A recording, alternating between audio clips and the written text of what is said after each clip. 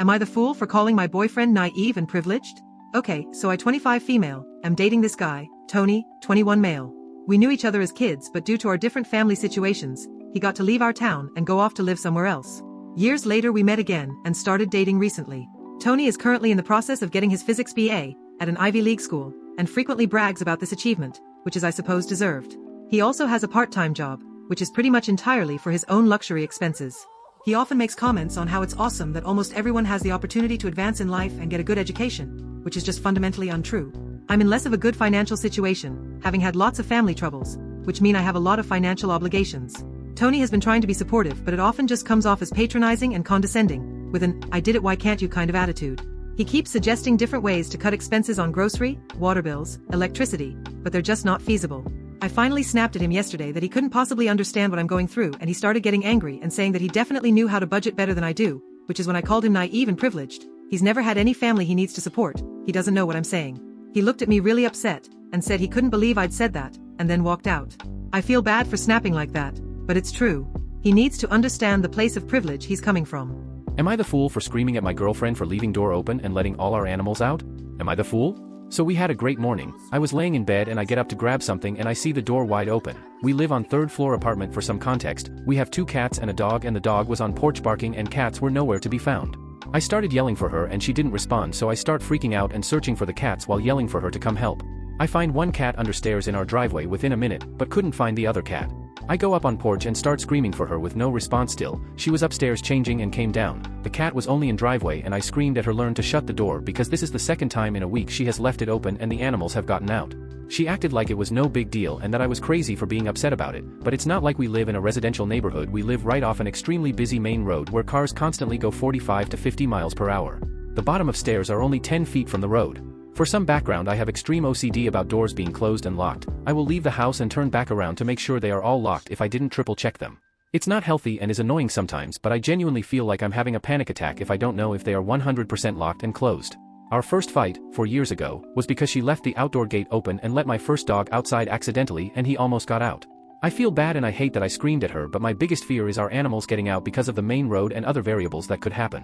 I apologized after I calmed down, but she's still upset with me and won't come home. Am I the asshole? Edited, broke up my stress typing wall of text into smaller readable sections. Am I the fool for making it clear to my sister that my son won't be helping her with stuff? My 8-year-old son has dyspraxia, which is a neurological condition that affects coordination and movement, for anyone who has never heard of it before. He struggles not to drop or break things, doesn't have good eye-hand coordination. He has always appeared clumsy, and while he does his very best to be careful and to take good care of things, he can't always prevent accidents, breakages, or spillages from happening. This is something my sister has expressed frustration about over the years. He was the type of toddler, and now kid, who will be eating or drinking something and it falls to the floor, or he knocks stuff over without meaning to because he's reaching for something else. It's not his fault. He does OT to help him and has done physio in the past to boost his strength. But there is no cure, he's just getting help to go through life. My son has broken many things because of his condition. If it belonged to someone else, we have always replaced it or paid for the damages. We also started making sure he used his own stuff / our stuff to prevent this from happening, especially toys my sister's kids have. But his condition means he can't do everything other kids his age might be able to do. Now this is a huge problem for my sister. Last weekend my son spent the day with my parents while my wife and I were attending an event. My sister went to my parents and asked for my son to help her and her kids pack up stuff for their move, and my son said he couldn't help and he was sorry. My sister told him he's a big boy now and should be helping, but my son told her he doesn't do that kind of stuff. My parents told my sister to leave. She confronted me after this and asked me what I was teaching my kid when he won't help out family. I told her we're teaching him to work within his means and to not help out someone who will berate him for his condition, which she will do. She said we're coddling and spoiling him, that he's more than old enough to learn how to be more careful, to do better and to cause less accidents and make fewer mistakes, and he needs to learn to help family. And we need to make him do stuff for family to be good parents.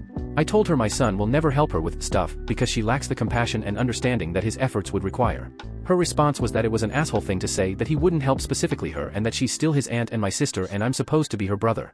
I told her she's supposed to be my sister and my son's aunt, but she edges on bullying him over this and it does not make her a suitable person for him to try helping out. She asked me for an apology and for me to make this right. She told me I owe her that much at the very least. Am I the fool? Am I the fool for giving my brother's Discord to a girl without asking him? Last week, I, 21 male, took my little brother, 15 female, to an anime convention in our state. It was my brother's first time going to one, and he's pretty nerdy to boot, so he had been very excited about going in the weeks leading up. My brother isn't a very social kid, by his own admission, he's a massive introvert. He doesn't have a ton of IRL friends, and on the drive up to the hotel room, he told me he wanted to make at least one friend during the weekend. I told him I'd help if I could. Early in the second day of the convention, me and him are waiting in line for the dealer's hall to open, and in front of us is a girl about my brother's age, playing on a Nintendo Switch. I ask her what game she plays, and when she mentioned one that my brother, a huge Nintendo fanboy, had played, I say, "Oh, my brother here is a big fan of those too, isn't that right, brother's name?" He sheepishly agrees and to my surprise, actually starts talking to the girl about the game, and then some other ones, before moving on to other nerdy things they had a shared interest in. It was the most I'd ever seen my brother interact with a stranger, and it made me very happy to see. Eventually the dealer's hall opens, and me, my brother, and the girl all end up at the same booth, buying merch. As we're checking out, I point to the girl and ask what my brother thought. He just as sheepishly tells me that he thought she was cool and kind of cute. "You should go ask for her Discord, I bet she'd give it to you." "No," is all he says in response.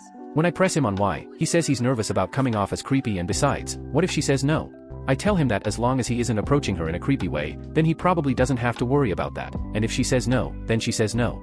That rejection is part of getting to know people, and learning to handle it well when you're young would be a big help for when he's an adult. He tells me no again, and by that time, the girl is gone anyways. Later during that day, me and my brother got separated, and I was walking around on my own. At some point, I noticed the girl at a booth and go up to her. I asked what she thought of my brother, and her response was remarkably similar to my brother's. She thought he was funny and cute, and wanted to talk to him more about Switch games. I offered to give her my brother's Discord, and she agrees. A few hours later, she finally messages him, a simply "hey" with an introduction and how she got his Discord. My brother was pissed. He immediately started telling me that it was a total breach of his privacy to give out his Discord without his permission. I pointed out that he had told me that he wanted to make friends at the convention, and that I basically dropped one at his feet. He went quiet, and was chilly around me for the rest of the day, but was fine by tomorrow. That was a week ago. I did apologize to him, and it feels important to say that he and the girl are still talking daily. Was I the fool for giving out his Discord without asking him? Edit 1, my wording made it a bit unclear, but I apologized to him that night before we went to bed. Edit 2, another thing to clarify, my brother never actually told me not to give out his Discord, just that he didn't want to ask for hers. His complaint about privacy only came after she messaged him. Am I the fool for moving across the country and telling my daughter that they are the reason I am an absent grandparent? So I have 2 grandkids that are 4 and 7. I live about 45 minutes away from them. At the beginning I was still working, so it was hard to make time to visit them. I would go up to visit them, and it sadly was not fun. I am not baby crazy and do not want to spend my whole day watching a kid sleep. So I would stay for 2 to 3 hours before going home. My daughter hated that I wouldn't spend more time, and I told her when they are older we will bond more. I got in a car accident. It wasn't bad and it was my fault. The sun got in my eyes and I bumped into someone's car. In total it was like $300 of damage since their car had dents in the back. It was very minor accident. After that my daughter forbade me from driving anywhere with her kids, so now when I go up, I can't do anything with the kiddos. There is only so much I can do in the house, and I would have loved to take them out to places. I have asked her to drive down since I live in a walkable area, but no. It is too difficult to get them loaded up and down here. I still tried, but the more she didn't want to visit me, the more I got tired of this. Not to mention she was always on me about not being more involved. I have told her so many times that you don't let me do much with them. My breaking point was last summer. I was babysitting them in the summer and I brought up a kid's sprinkler. You connect it to the hose and the kids run through it on the splash pad. The kids had a great time, but my daughter was pissed since it ruined the grass. The water made mud and kids running messed up the grass. After that I just stopped trying. I told her to take kids to me and she refused. I am retiring and selling my home. I wish to move near the Blue Mountains, which is across the country. I told all TE kids and everyone was happy for me but my daughter. We got a huge fight about me being a shit grandparent. I told her she is the reason I am absent grandparent. She called me a jerk.